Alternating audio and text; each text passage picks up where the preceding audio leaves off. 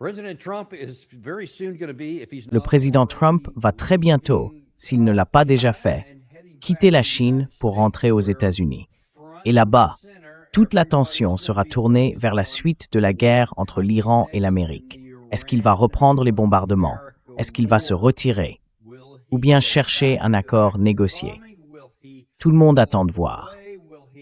Maintenant que le reste est écarté, c'est là-dessus que se concentre l'attention. Et bien sûr, comme vous le savez, sur cette chaîne, on s'attache toujours à ce qui se passe vraiment sur le terrain. Quelle est la réalité? On montre ce que disent les uns et les autres, de tous les camps, pour comprendre leur position, puis on regarde ce qui se passe concrètement sur le terrain.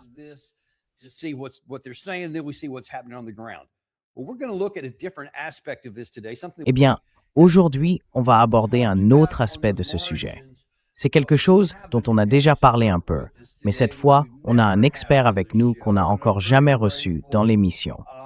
Et je suis vraiment ravi d'accueillir Simon Dixon, un pionnier du Bitcoin, investisseur, analyste géopolitique et financier. Il nous a d'ailleurs été recommandé par l'un de nos téléspectateurs. Après avoir regardé plusieurs de vos interventions et les informations que vous partagez, j'ai été très intrigué et impatient de vous recevoir. Simon, bienvenue dans le Daniel Davis Deep Dive.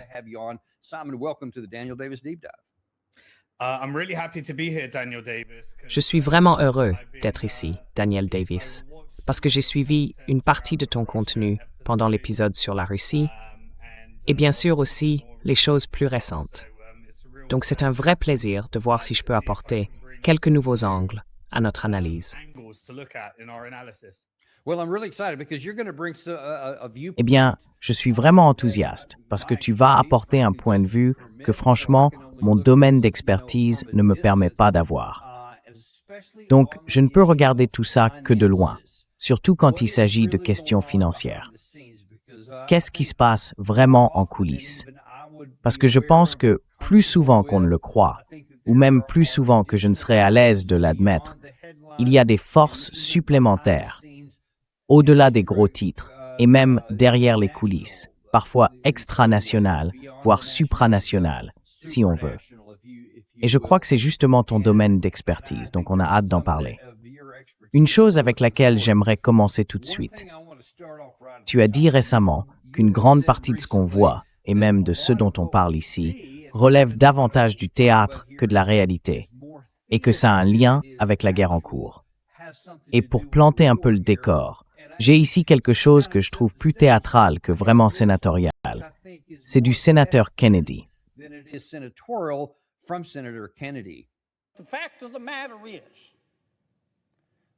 En réalité, si vous pensez que la théocratie dirigée par le gouvernement iranien, que celle de Charles Manson, était dangereuse pour le monde, et moi je le pense, alors le monde est aujourd'hui un endroit bien plus sûr.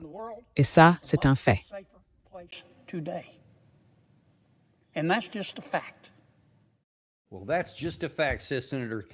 Eh bien, c'est un fait, dit le sénateur Kennedy.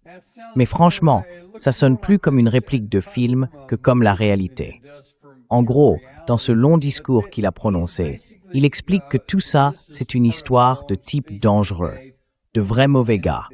Il faut les écarter de la scène, parce que s'ils mettaient la main sur une arme nucléaire, ils s'en serviraient. Ce sont, selon lui, des nazis religieux. Voilà de quoi il s'agit. Qu'est-ce que vous en pensez?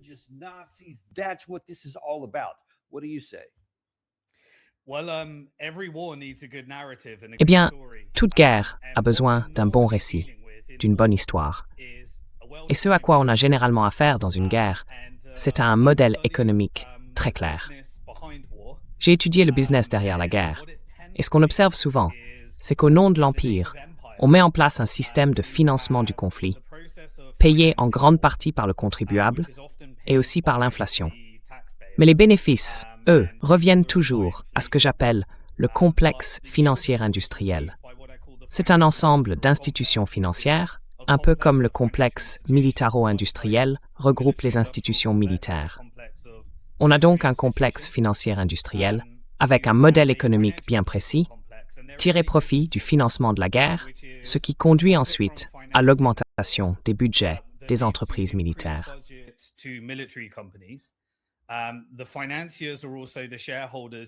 Les financiers sont aussi les actionnaires de toutes ces entreprises militaires.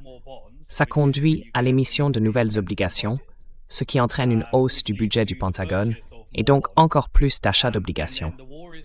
Ensuite, la guerre sert aussi à extraire des ressources et à réajuster les prix. Et avec tous ces prix, il y a la possibilité de spéculer sur les deux issues possibles du conflit, que ce soit à la hausse ou à la baisse, en cas d'échec ou de succès. Donc, bien souvent, quand on dit que quelqu'un a perdu une guerre, ce sont en réalité les financiers qui ont profité des deux scénarios, parce qu'ils étaient couverts des deux côtés.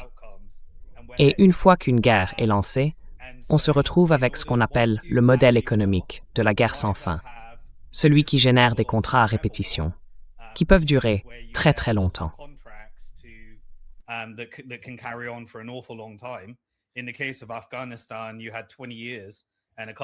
Dans le cas de l'Afghanistan, on a eu 20 ans et quelques milliers de milliards de dollars. Ensuite, on en arrive à un nouvel ordre dans le pays, avec en général un changement de régime. On installe un dictateur qui va attribuer les contrats de reconstruction à l'Empire qui a lancé la guerre. Et pour rendre tout ça acceptable, on teste souvent de nouvelles technologies qui servent en quelque sorte de vitrine pour beaucoup d'entreprises de l'armement. Puis, pendant la phase de reconstruction, il y a les profits liés à tous ces nouveaux contrats, à la nouvelle direction du pays, et plus récemment, à la mise en place d'un État policier et de surveillance porté par des technocraties.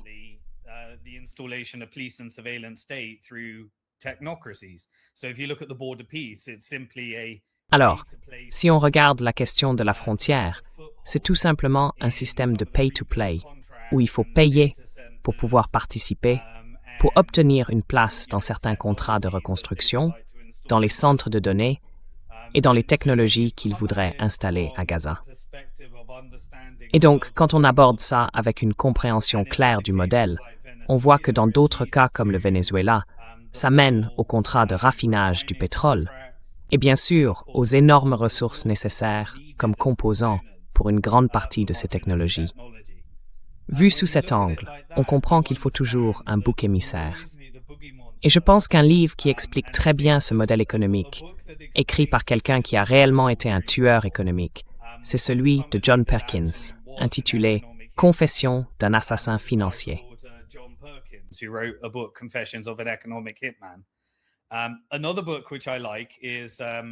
Un autre livre que j'aime beaucoup, c'est Opération Gladio de Paul Williams.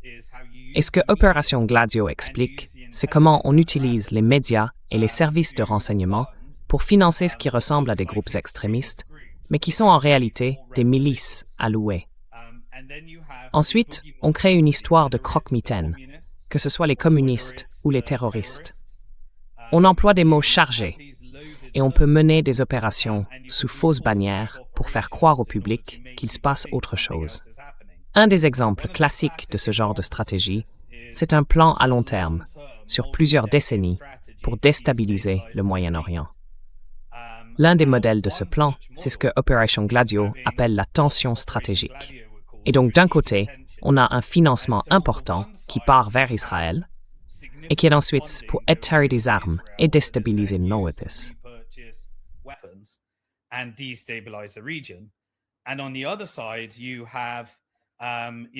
Et de l'autre côté, on entend « mort à l'Amérique, mort à Israël ». On est à 2 semaines d'une bombe nucléaire et ils financent des terroristes qui encerclent et veulent tuer tous les Juifs. Et pendant ce temps, vous inventez des histoires. Ce qui se passe souvent quand il y a une tension stratégique, c'est que les pays des deux côtés s'adaptent à cette réalité. L'Empire, lui, gagne des milliers de milliards de dollars sur le dos des Américains ou des Britanniques. Mais cette tension stratégique entraîne ensuite des choses comme les sanctions ou un marché noir parallèle. Et ce marché noir, dans certains pays, finit par profiter du statu quo. Donc dès qu'il y a des sanctions, on voit apparaître des routes de trafic de pétrole, des routes de trafic d'armes et de nouvelles paires de devises basées sur l'or ou sur d'autres pays sanctionnés.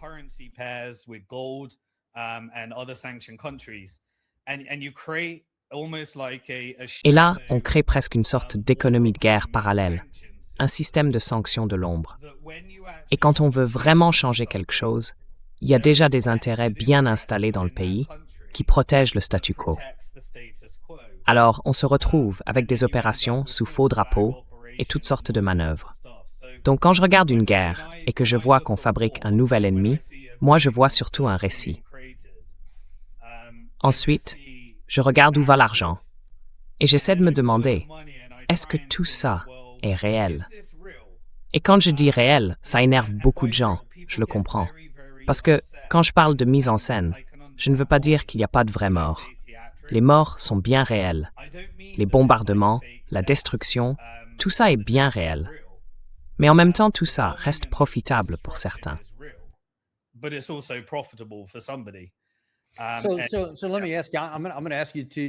Alors laissez-moi vous poser la question. Je vais vous demander de nous donner quelques exemples, ou bien je vais vous en proposer moi-même, des exemples concrets, et je vous demanderai d'expliquer ce qui se passe au-delà de ce qu'on voit. Mais d'abord, quelle est la relation entre les dirigeants politiques, ceux qui doivent lancer ces initiatives, et tout ce qui relève du récit, de la mise en scène, comme vous l'appelez? Et dans quelle mesure l'un ou l'autre provoque ou dissimule l'autre? Parce que, par exemple, si on prend le cas de Netanyahou, depuis 1986, au moins d'après ce qu'on peut retrouver dans l'espace public, il répète qu'il faut se méfier de l'Iran, qui sont sur le point d'obtenir l'arme nucléaire. Et à chaque fois, à l'ONU, il revient sur ce sujet. Donc il en parle sans cesse et on a l'impression qu'il a presque une obsession, une sorte de désir de faire tomber l'Iran. Mais jusqu'à quel point tout ça est réel? Est-ce que c'est vraiment cette obsession presque messianique, le mot est peut-être un peu fort, ou est-ce que c'est plutôt une question d'intérêt, d'argent, de réseau économique derrière? Et au fond, lequel des deux domine?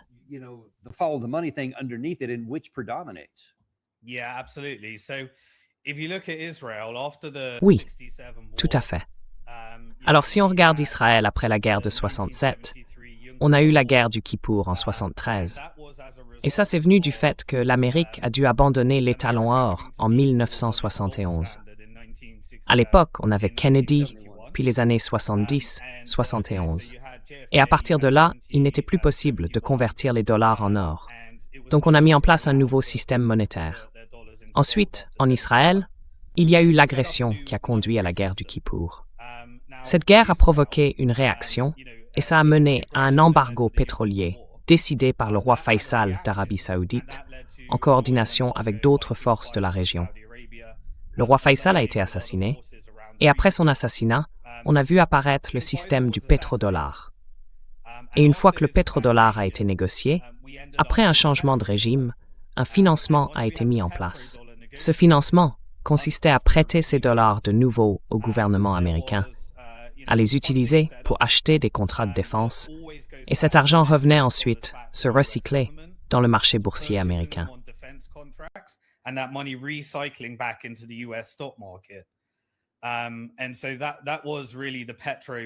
Et donc, c'était vraiment le modèle du pétrodollar. Ensuite, il y a eu les opérations clandestines. Je vais rassembler tout ça pour répondre à la question. Il y avait une opération secrète mise en place par George Bush, appelée le Safari Club. C'était un réseau d'agences de renseignement qui comprenait les services saoudiens, israéliens, la CIA, le MI6 et le renseignement français. Et c'est dans ces camps d'entraînement qu'a commencé le processus qui a conduit à la création d'Oussama Ben Laden en armant les idéologies wahhabites extrémistes en Arabie Saoudite. À peu près à quelle période ça s'est passé? Le Safari Club, c'était juste après la création du pétrodollar, après l'assassinat du roi Faisal, donc vers 73, 74, 75. Donc, c'était à l'époque où George Bush était directeur de la CIA. C'est bien ça? Oui, c'est ça. Absolument oui. Et George Bush, souvenez-vous, George Bush vient d'une famille du pétrole. Voilà, donc sa richesse vient du pétrole. Et là, on a différentes opérations, différents réseaux. D'accord. Mais Netanyahou, en gros, la plupart des gens le voient comme quelqu'un qui travaille pour Israël, Comme aux États-Unis, vous avez le lobby israélien, le lobby militaire, le lobby financier. Et on peut acheter des politiciens, leur confier des missions. Vous voyez, on leur dit « Je te finance 10 000, 20 000 dollars. » Mais voici la politique que je veux voir appliquée. Ensuite, ce réseau s'étend au Congrès et au Sénat. Et les politiciens font leurs preuves. Plus ils deviennent utiles pour faire avancer l'agenda du lobby, plus ils montent dans la hiérarchie, jusqu'à, éventuellement, pouvoir devenir président une fois qu'ils ont pleinement servi les réseaux d'influence.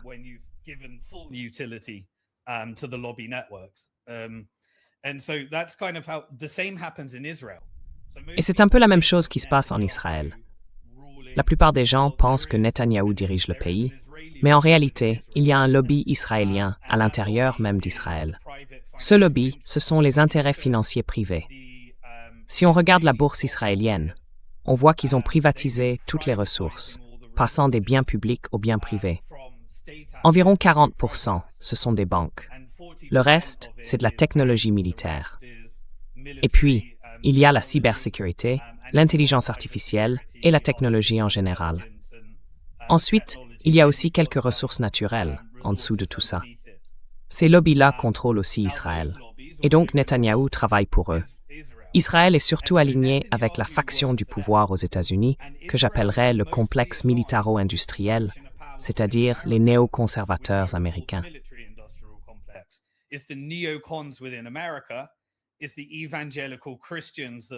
Ce sont les chrétiens évangéliques qui poussent ou qu'on a poussé dans un certain récit. Et ce sont les ultrasionistes en Israël. Leur objectif, c'est de construire un récit, celui du projet du Grand Israël. À mesure qu'ils acquièrent plus de terres, ils négocient plus de ressources pour obtenir du pouvoir financier, militaire et technologique.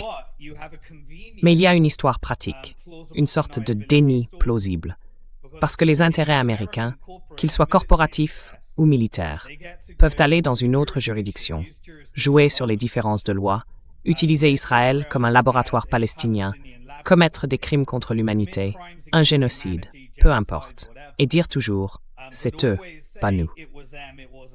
Et cette relation, on la maintient aussi longtemps que possible.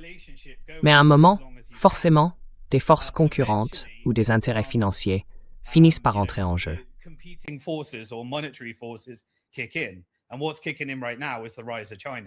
Et ce qui se passe en ce moment, c'est la montée de la Chine, sans aller trop loin. Donc, ce qu'on voit, c'est Netanyahou qui écrit, et tout le monde qui se dit « Eh bien, toutes ces guerres, elles venaient d'Israël. Elles étaient pour Israël. » Et l'Américain moyen se dit « Tout ça nous a coûté des milliers de milliards. On a échoué. On a dépensé 2000 milliards de dollars pour remplacer les talibans par les talibans. » Et puis, il y a le mémo « clean break ». Vous voyez, tout ce système de déni plausible. Tout passe par des sociétés écrans. Mais au final, il n'est pas très populaire de dire que, soit dit en passant, nos entreprises et notre marché boursier reposent sur des crimes contre l'humanité. Alors on garde ce déni plausible, on passe par des intermédiaires, et Israël fait partie de ces intermédiaires.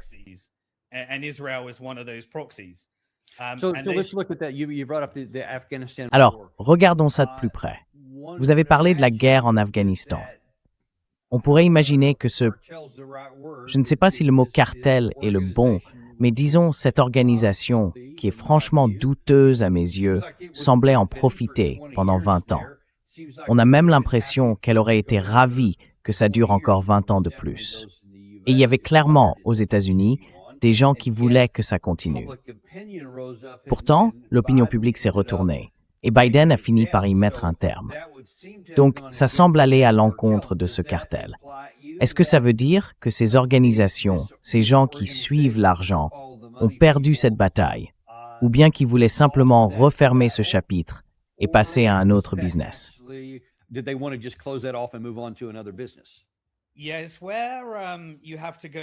Oui, il faut aller un peu au-delà de l'intérêt national.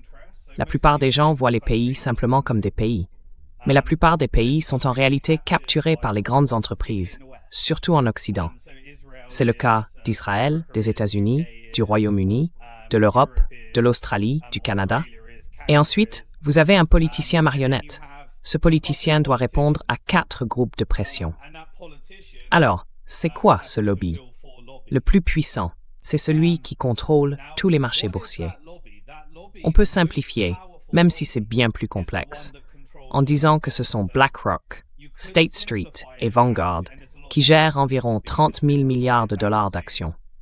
Et à travers ces actions, ils détiennent quelques 20 000 sièges dans les conseils d'administration de presque toutes les entreprises qu'on peut imaginer.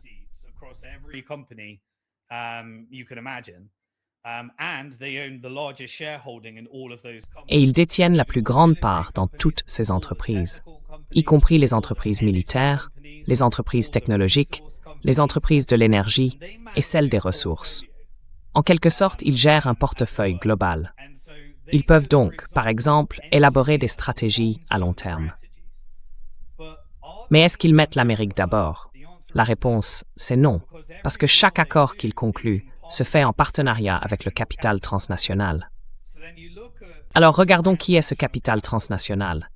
Eh bien, il y a le Fonds souverain norvégien, les fonds souverains du Golfe, plusieurs d'entre eux, les fonds souverains de Singapour, et puis la Chine, avec le plus grand fonds souverain du monde. Donc on a ici une couche qu'on peut appeler le capital transnational. Et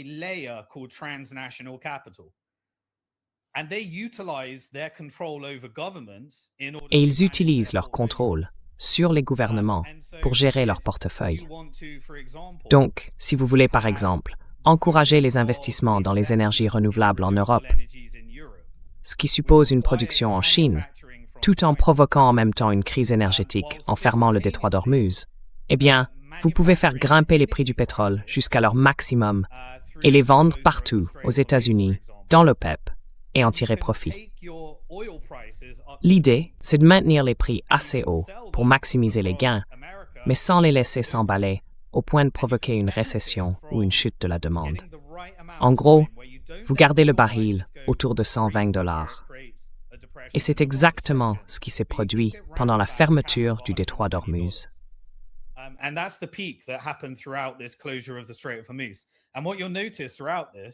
Et ce qu'on remarque tout au long de ça, c'est que chaque fois que le baril atteint 120 $ et qu'il se passe certaines choses sur le marché obligataire, il y a soit un resserrement, soit une capitulation pour faire redescendre le prix. Ensuite, on voit un peu de transactions d'initiés, puis un nouveau récit qui fait remonter les prix. En fait, ils optimisent les prix du pétrole. Et certains disent « Ah, mais l'Amérique en profite ». Non, l'Amérique n'en profite pas, parce qu'elle n'a pas de fonds souverains.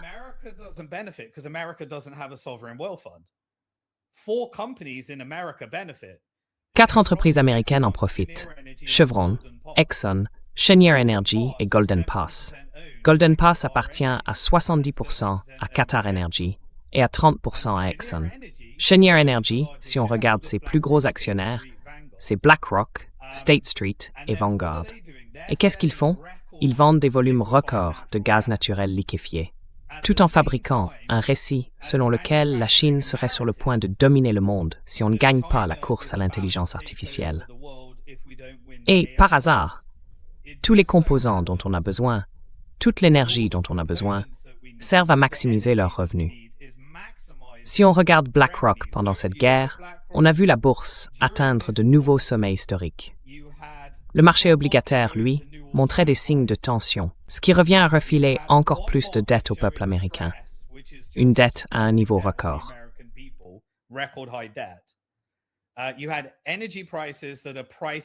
Les prix de l'énergie sont devenus tellement élevés que beaucoup de gens ne peuvent plus suivre. Ça provoque des faillites. Et c'est là que les banques d'investissement interviennent. Elles fusionnent, elles rachètent et tout finit par remonter vers les grandes entreprises. Alors, il faut vendre autant de pétrole que possible, à ces prix de pointe et le plus longtemps possible. Ensuite, on renégocie tous les contrats de gaz naturel liquéfié. Et là, on annonce un accord commercial où l'Europe doit acheter 750 milliards de dollars d'énergie aux mêmes entreprises, celles qui font aussi partie de portefeuilles, comprenant des sociétés militaires. Et derrière ces sociétés militaires, on retrouve l'État profond, le MI6, la CIA, le Mossad. des services qui ont en réalité la capacité de déclencher la guerre dès le départ. Donc tout ça est lié. Et si j'ai fait tout ce détour, c'est pour montrer que ça n'a rien à voir avec le politicien du moment. C'est arrivé sous Trump, sous Biden, puis à nouveau sous Trump.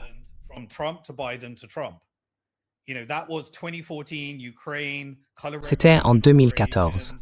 L'Ukraine, les opérations de révolution de couleur, les changements de régime, l'installation de marionnettes. Ensuite, on peut regarder le Covid. Ça a été un transfert de richesse vers le haut, vers les multinationales. Tout le monde s'est retrouvé dépendant de la technologie. Puis on voit l'escalade menée par la CIA pour provoquer la Russie et l'entraîner dans une guerre. Au final, toutes les ressources et les contrats de négociation se retrouvent entre les mains de la couronne, de l'Empire britannique et des intérêts privés américains. Ils récupèrent tous les minerais rares, ils profitent des prix du pétrole, ils tirent avantage des tensions financières sur le marché bancaire.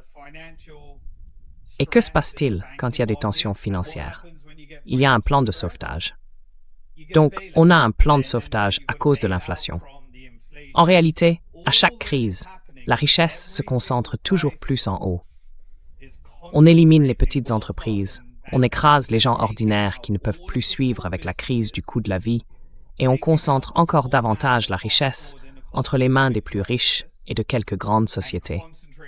Jusqu'à ce que finalement,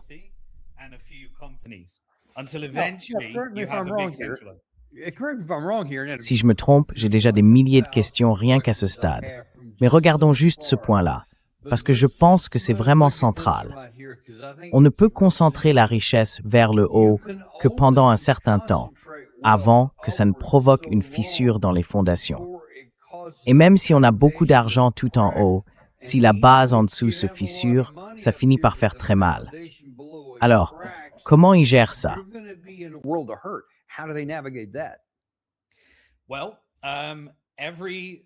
eh bien, chaque entreprise qui fait faillite, ils finissent par la racheter. Si on regarde les droits de douane, par exemple, ces droits ont obligé les petites entreprises américaines à payer une taxe à l'importation, parce que les États-Unis ont un déficit commercial net. Et ça a aussi conduit à ce que plusieurs pays dépendants des exportations soient absorbés petit à petit par de moins en moins d'entreprises.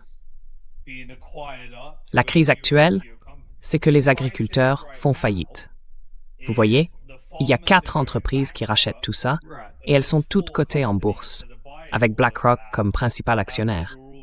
Donc ce que vous faites, en réalité, c'est concentrer encore plus le pouvoir économique. Et pour tous les autres, vous leur donnez de la dette, des cartes de crédit, des prêts immobiliers, un prêt sur 30 ans, voire sur 50 ans.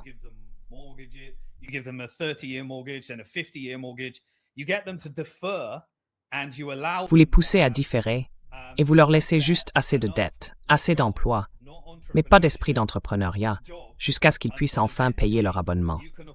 En fait, ce qu'ils font, c'est transformer les gens en esclaves de la dette et en abonnés à des services. Et tout ça, ça remonte vers une richesse de plus en plus concentrée, entre de moins en moins de mains. À un moment, le pays ne peut plus être exploité. Il arrive au bout d'un cycle d'endettement. La dette publique est au maximum. Une grande partie des petites entreprises et des particuliers sont en faillite. Tout le monde a saturé ses cartes de crédit.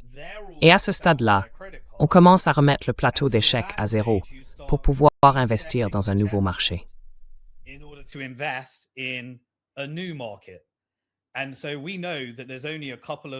Donc on sait qu'il n'y a que 2 ou 3 régions dans le monde où les taux de natalité permettent encore une vraie croissance.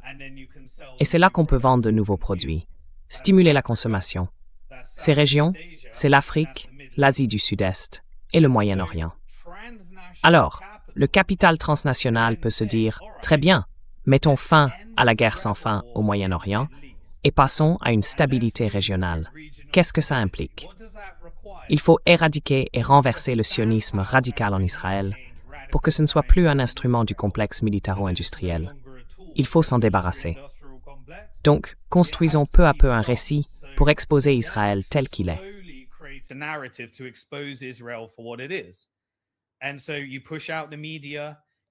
Alors, vous écartez les médias. Vous travaillez dans l'ombre pendant quelques années. Vous montez une opération comme celle du 7 octobre. Vous documentez tout. Et au fond, vous transformez ça en un actif toxique, prêt à être racheté en situation de crise. En même temps, il faut démêler les différentes factions des gardiens de la révolution en Iran, celles qui profitent des tensions stratégiques, et les amener vers une version du gouvernement plus ou moins normalisée avec la Chine, puisque la Chine a réussi à normaliser les relations entre l'Iran et l'Arabie saoudite. Et puis, il faut provoquer un changement massif à l'intérieur des États-Unis. Il faut vraiment déstabiliser l'Amérique. Publier le dossier Epstein, montrer le système tel qu'il est.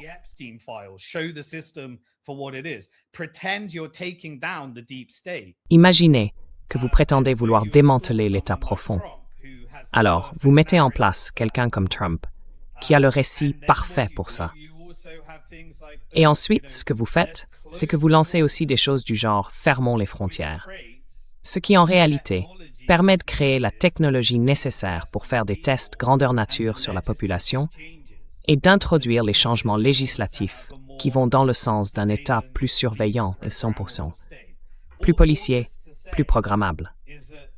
Tout ça pour dire que le capital transnational fonctionne sur des cycles très longs.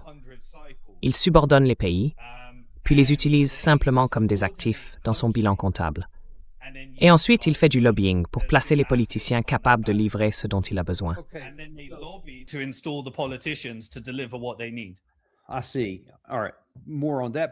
Je vois. Très bien. On reviendra sur ce point dans un instant. Mais restons sur cette crise fabriquée au Moyen-Orient, comme vous l'appelez. Cela voudrait dire que cette crise transnationale, ce pouvoir financier, serait capable d'influencer le CCG, Israël et même l'Iran, comme si, d'une certaine manière, les trois agissaient ensemble, ou du moins que quelqu'un déplaçait les pièces à sa convenance pour atteindre un certain résultat. Alors d'abord, comment l'Iran et Israël pourraient-ils coopérer là-dedans, alors que leur population et même certains de leurs bâtiments sont touchés, que des gens meurent dans les deux pays? Et puis, il y a tous ces problèmes économiques, la privation en Iran à cause de notre blocus, entre autres. Comment tout cela peut-il fonctionner ensemble? Et puis, la question la plus importante. Selon cette théorie, vers quoi tout cela mènerait-il? Qu'est-ce que ça vous dit? Oui. Encore une fois, les gens cherchent une histoire simple. Mais c'est pas aussi simple que ce que je suis en train d'expliquer.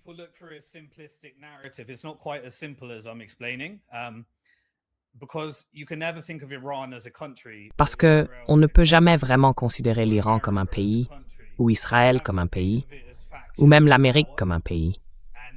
Il faut les voir comme des factions de pouvoir. Et ces factions sont en compétition dans une lutte d'influence. Donc ce ne sont pas des blocs unifiés, pas des monolithes.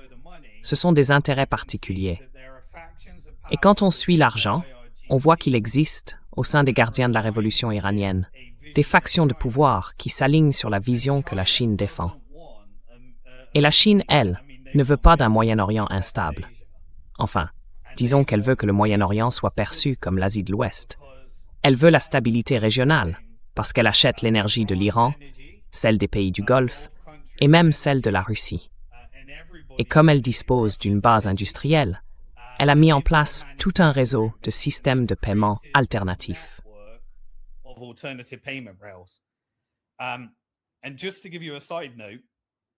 Juste pour préciser, c'est essentiel que l'Iran et les Émirats arabes unis se connectent sur ces circuits de paiement alternatifs. Ils ont une relation très solide quand il s'agit de contourner les sanctions et de se dédollariser. Quand on comprend ça, on voit que la Chine est leur premier partenaire commercial et que les Émirats sont aujourd'hui le deuxième partenaire de l'Iran. Et pour que ces échanges hors pétrole et ces systèmes de paiement alternatifs soient reliés au système bancaire chinois, l'Iran et les Émirats doivent coopérer. Est-ce que ça veut dire qu'ils sont amis et que tout est faux? Non. Ça veut dire qu'ils sont prêts à entrer dans une logique d'escalade contrôlée. L'escalade contrôlée, ça veut dire qu'il y a des intérêts en jeu, mais qu'ils doivent travailler ensemble.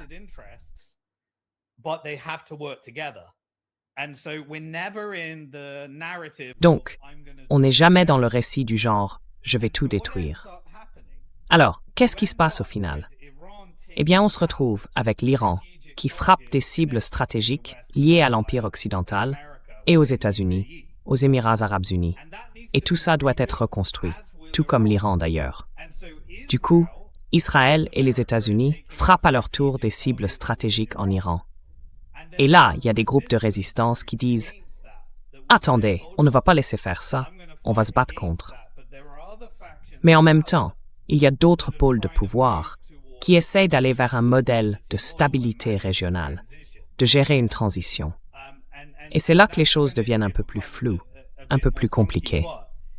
Si vous voulez un exemple concret, regardez les documents déclassifiés de la CIA sur l'affaire Iran-Contra.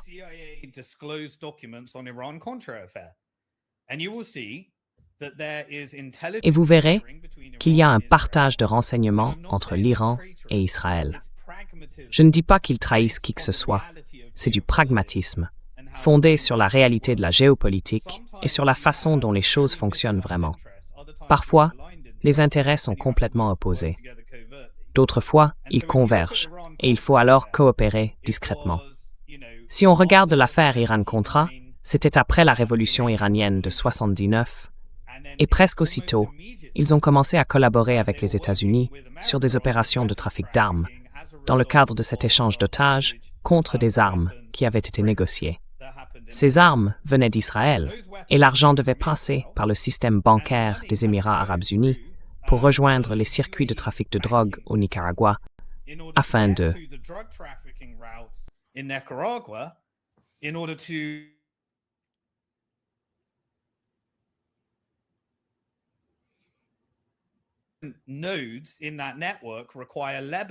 Les nœuds de ce réseau ont besoin du Liban comme port et comme route, mais aussi des Émirats arabes unis, ainsi que de la connexion via Hong Kong vers le marché de l'or et les échanges d'or qui s'y font. Donc quand on regarde tout ça, on voit bien qu'il existe un réseau parallèle, transnational.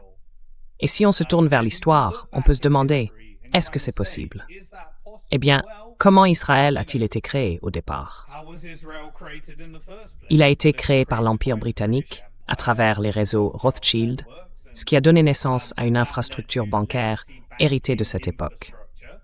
Ensuite, il y a eu toute l'histoire iranienne, le renversement orchestré par la CIA et le MI6, la British Petroleum, puis le coup d'État contre Mossadegh et la fin de la démocratie.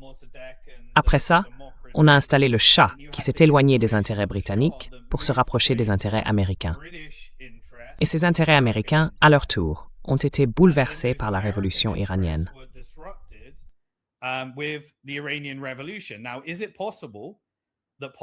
Alors, est-ce qu'il est possible qu'une partie de cette révolution ait été financée par des intérêts britanniques et qu'il y ait eu des partenariats à ce niveau-là? Eh bien, ils venaient de France, vous savez. Et ensuite, il y a eu l'affaire Iran-Contra, puis l'Amérique a financé Saddam Hussein, et on a fini avec la guerre Iran-Irak. Donc, est-ce qu'on pourrait parler de guerre secrète européenne et américaine? Eh bien, c'était clairement le cas pour certains cercles de pouvoir. Et il existe des preuves que toute l'affaire Iran-Contra est passée par la Suisse, via le Crédit Suisse. Donc, on retrouve des intérêts bancaires occidentaux ou européens, des intérêts britanniques aussi, ainsi que différentes structures mises en place au fil du temps. Et à travers l'affaire Iran-Contra, on voit bien qu'il pouvait y avoir, à un certain niveau, à la fois une forme de guerre et une forme de coopération, par pur pragmatisme.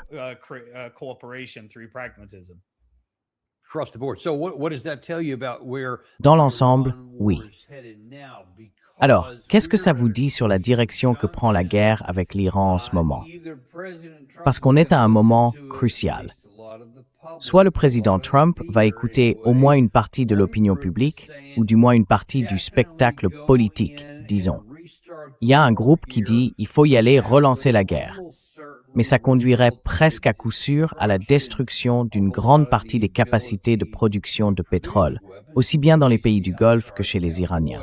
Et puis il y a l'autre camp qui dit, vous savez quoi, appliquez la théorie du retrait.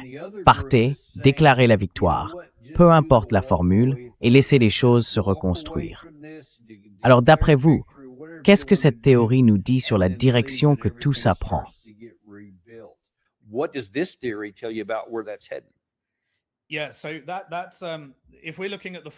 Oui, donc ça c'est si on regarde la théorie du suivez l'argent. En arrière-plan, on voit que la Chine a normalisé les relations entre l'Iran et l'Arabie saoudite. Qui a mené cette normalisation? Eh bien, c'étaient les personnes assises autour de la table des négociations avant cette guerre, notamment Arachi, le Premier ministre. Tous ces gens-là sont encore en vie.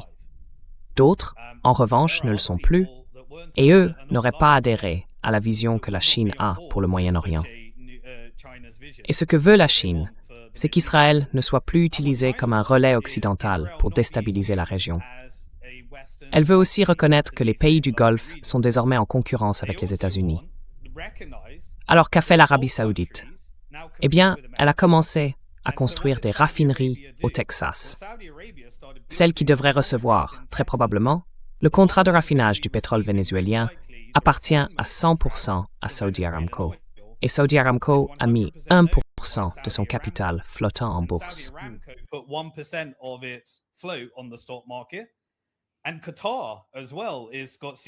Et le Qatar aussi a fait d'importants investissements. Les Émirats arabes unis ont obtenu une ligne de swap de devises et sont sortis de l'OPEP. Ça casse le pétrodollar. Oui, ça remet en cause le système du pétrodollar mis en place en 1973. Et maintenant, on a la couche financière aux Émirats. C'est le seul pays au monde avec une infrastructure dont le coût de base du pétrole est entre 2 et 10 centimes et qui profite largement du pétrole vénézuélien, probablement pour le raffinage au Texas. Et il y a aussi les nouvelles routes de Golden Pass qu'ils ont réussi à couvrir. Les Émirats et l'Arabie saoudite ont d'ailleurs mis en place des routes alternatives qui ne passent pas par le détroit d'Ormuz pour exporter une partie de leur pétrole. Donc oui, il y a un impact, mais ce n'est pas fatal. Dire que les pays du Golfe ne peuvent pas encaisser ce choc, c'est ne pas voir la réalité. Les Émirats arabes unis disposent de 2 000 milliards de dollars d'actifs. Et d'ailleurs, Scott Bessent a dit, « S'il vous plaît, ne vendez pas vos obligations, ne vendez pas vos actions. »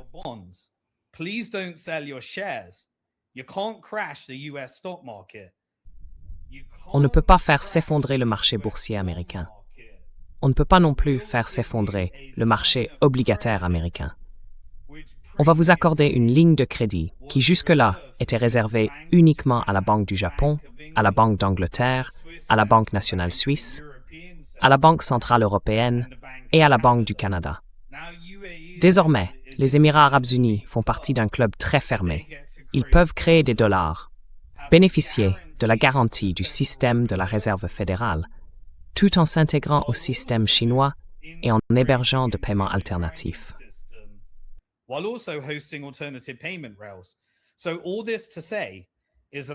Tout ça pour dire que selon moi, l'Iran détruit des infrastructures afin de préparer de nouveaux contrats de reconstruction.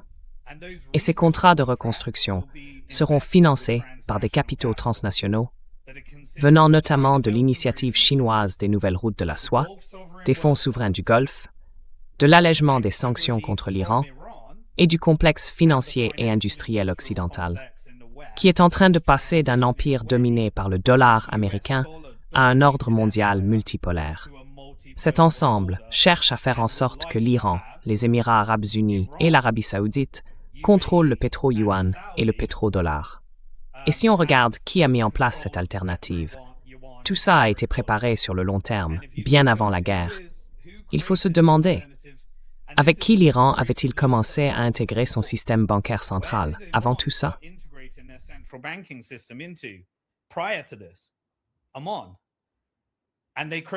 Oman. Ils ont mis en place un réseau de monnaie numérique de banque centrale qui contourne le système SWIFT. Ce réseau relie l'Arabie saoudite, les Émirats arabes unis, la Chine, Hong Kong et tous les points clés des réseaux de contournement des sanctions visant l'Iran et la Russie. Tout ça pour dire que, selon moi, plusieurs opérations sont en cours. Il existe une voie acceptable pour que l'Iran passe à la version chinoise de la normalisation et de la stabilité régionale. Et en parallèle, on assiste à un affaiblissement d'Israël pour qu'il soit absorbé par BlackRock, State Street et Vanguard. une privatisation, un changement de régime et un affaiblissement stratégique d'Israël, soutenu par le récit selon lequel Israël dominerait le monde et serait responsable de tous les crimes.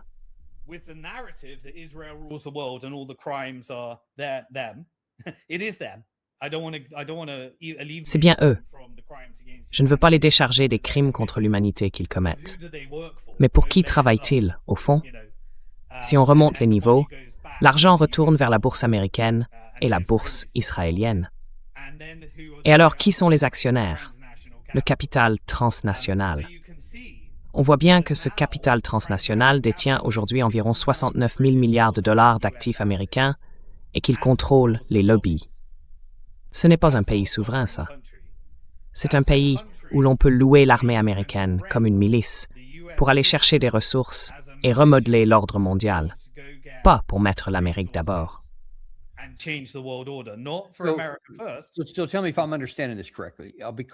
Alors dites-moi si je comprends bien, parce que j'ai l'impression qu'il y a là un système d'argent et d'intérêts transnationaux. Ça, c'est assez clair. Mais on dirait que c'est un système diffus avec aussi des dynamiques régionales, disons chinoises, par opposition aux États-Unis ici. Donc, il y a quand même des tensions dans ce système transnational. Peut-être une certaine coopération à la marge, mais aussi des conflits, des visions différentes sur la manière dont les choses devraient se passer. Et ça semble être... Enfin, on pourrait parler de beaucoup d'autres aspects, mais je vais me concentrer sur celui-là pour l'instant, la situation en Iran. Parce que je vois bien, et je réfléchis à voix haute ici. Dites-moi si je me trompe.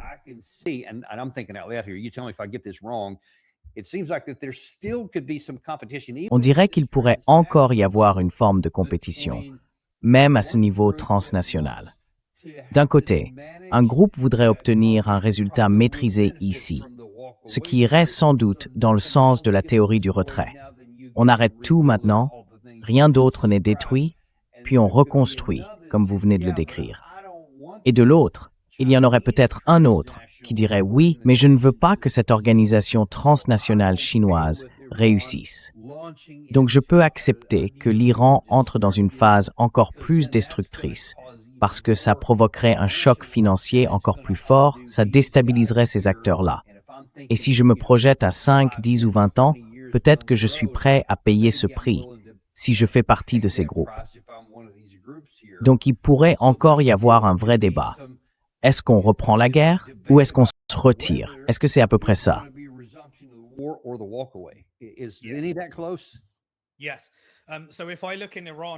Oui. Alors, si je regarde l'Iran aujourd'hui, je le diviserai, pour simplifier, en deux factions.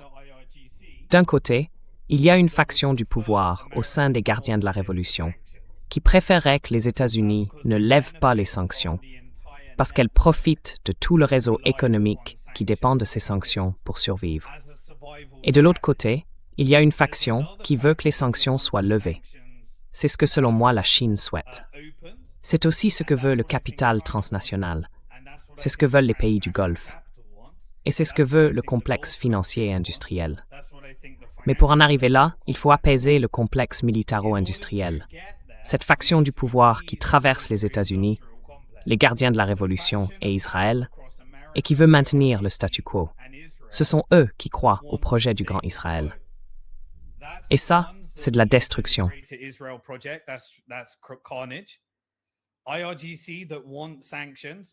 Les gardiens de la révolution iranienne veulent maintenir les sanctions parce qu'ils ont déjà mis en place un réseau ferroviaire alternatif. Et puis il y a les néoconservateurs aux États-Unis qui sont en réalité financés par les grandes entreprises de l'armement, Lockheed Martin, General Dynamics, Raytheon. Leur rôle, c'est de promouvoir la militarisation de la religion, du christianisme évangélique, et de protéger les intérêts liés à Israël, ce genre de choses. Ces factions de pouvoir sont en train d'être remplacées pour laisser la place à une autre faction qui, elle, cherche davantage la stabilité régionale. Mais pour que ça fonctionne, il faut les compenser ailleurs, sur d'autres zones de guerre. C'est pour ça qu'il faut s'assurer que la guerre entre l'Ukraine et la Russie ne se termine pas. À mon avis, elle va encore durer environ 3 ans, parce qu'il y a là-dedans un autre millier de milliards de dollars de profits possibles. Si on les pousse à continuer le combat jusqu'au dernier Ukrainien, à mener la guerre des drones et à prolonger tout ça encore un moment, ça permet de les compenser.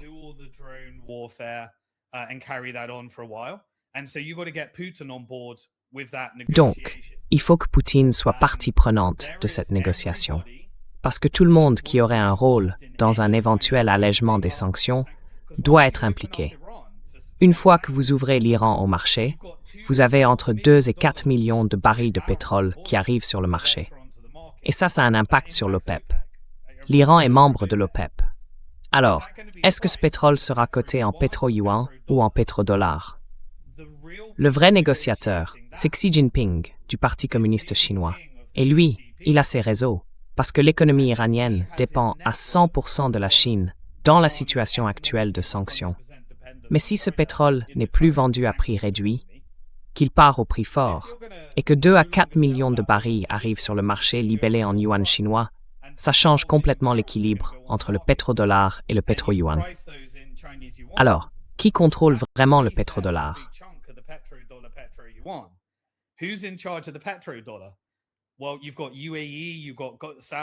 Eh bien, vous avez les Émirats arabes unis, vous avez l'Arabie saoudite, et puis vous avez les intérêts privés. Et qui est assis à Shanghai en ce moment? Goldman Sachs, Citigroup, BlackRock, Blackstone, tous ceux qui comptent, ceux qui vont négocier l'avenir du pétro-yuan et du pétrodollar, selon un modèle mondial de ce à quoi ressemblera le monde quand les États-Unis se seront réduits à une puissance régionale. Comment l'armée sera-t-elle rémunérée? Quels contrats de défense et de reconstruction seront attribués? Et comment tout cela sera-t-il réparti entre la Chine, la Russie, les pays du Golfe, l'Iran et le capital transnational? C'est ça, la négociation en cours. Et je pense que c'est le plus grand changement que nous vivrons de notre vivant.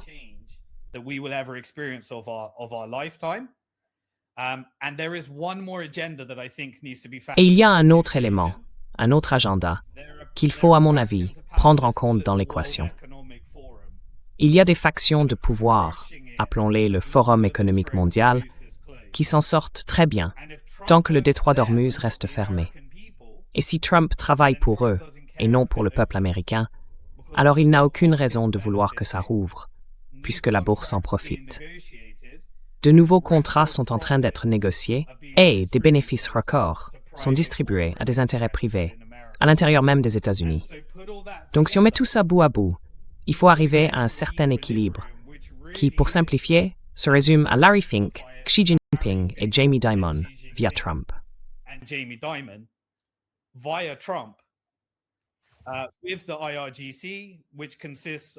Avec les gardiens de la Révolution, on a d'un côté le gouvernement réformateur et pragmatique, et de l'autre, les membres du corps des gardiens, sauf ceux qui ne veulent pas de lever des sanctions, parce qu'ils profitent de l'économie de guerre et des tensions stratégiques. C'est cette négociation qu'on observe en ce moment. Et ça peut durer un bon moment. Pendant ce temps, plus ça traîne, plus l'agenda du Forum économique mondial devient défavorable pour nous, parce qu'on est tous exclus par les prix. Les petites entreprises font faillite. Les chaînes d'approvisionnement se cassent. C'est exactement comme pendant le Covid. Plus le confinement dure, plus la richesse se concentre vers le haut, dans ce même cercle de pouvoir.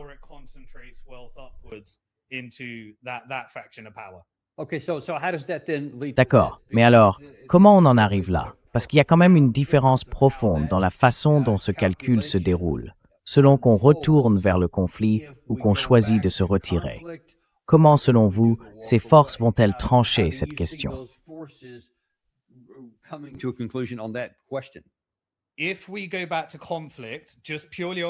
Si on revient au conflit, simplement en suivant l'argent, sans prendre en compte toutes tes compétences, dont j'apprends beaucoup, juste sur une logique de flux financier, ce sera parce qu'il y a encore des campagnes de décapitation à mener. Une partie de cet accord, c'est que l'Iran arrête de soutenir la résistance, parce que les pays du Golfe n'en veulent plus. La Chine doit s'assurer que l'Iran et le CCG se normalisent en répartissant le pétro-yuan. Et les sociétés financières aussi, elles veulent récupérer un maximum en Syrie et au Liban. Israël leur obtient plus de terres. Chaque territoire permettra aux banques privées d'obtenir de meilleures conditions, plus de leviers dans ces négociations. Et ce qu'on remarque, c'est que si on regarde le marché obligataire, les investisseurs étrangers, eux, sont en train de vendre leurs obligations.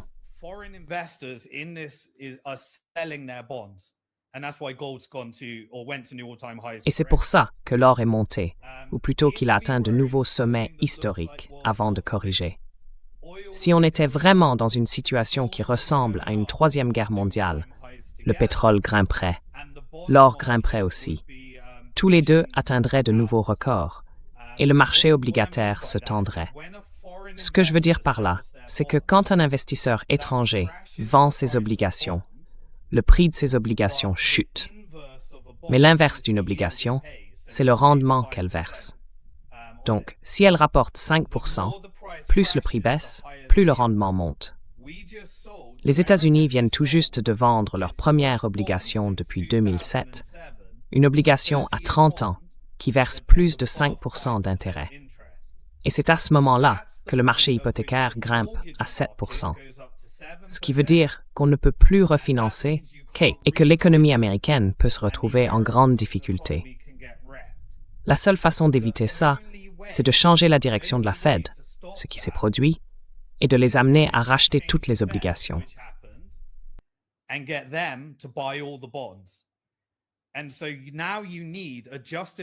Et donc maintenant, il faut une justification à cette impression massive d'argent.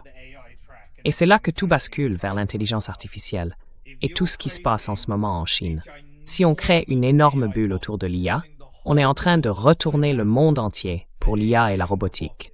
Littéralement, le monde entier. Tout tourne autour de ça. L'IA, la robotique, l'énergie, les terres rares, l'industrie, les centres de données, l'eau, tout ça. Tout ça doit être renégocié dans ce nouvel ordre mondial qui est en train de se construire. Mais toute la croissance du marché boursier américain, 100%, vient de l'IA et de la construction de centres de données.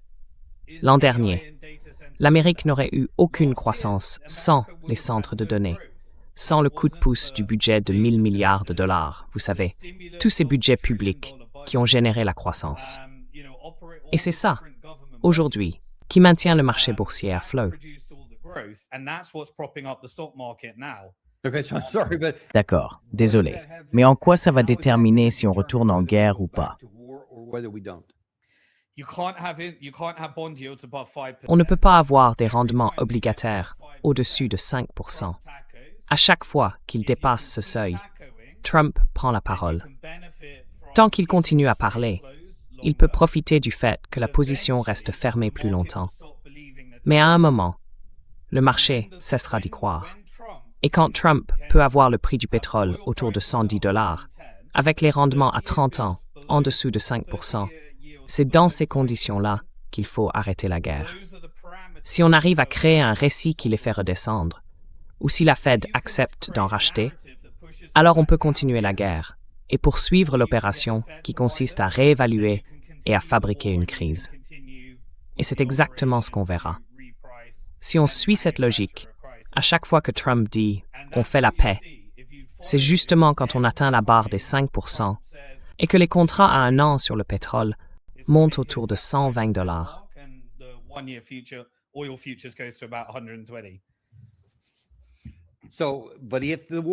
Mais si la guerre reprend, il y aura la destruction physique des infrastructures. Et là, le prix du pétrole va forcément augmenter, que ça plaise ou non, parce qu'il n'y en aura tout simplement pas assez pour tout le monde à cause des limites physiques. Alors, comment ça se passe dans ce cas-là? Eh bien, c'est ce qu'on appelle la destruction de la demande. La meilleure solution face à des prix du pétrole élevés, c'est de faire en sorte que plus personne n'ait envie d'en acheter.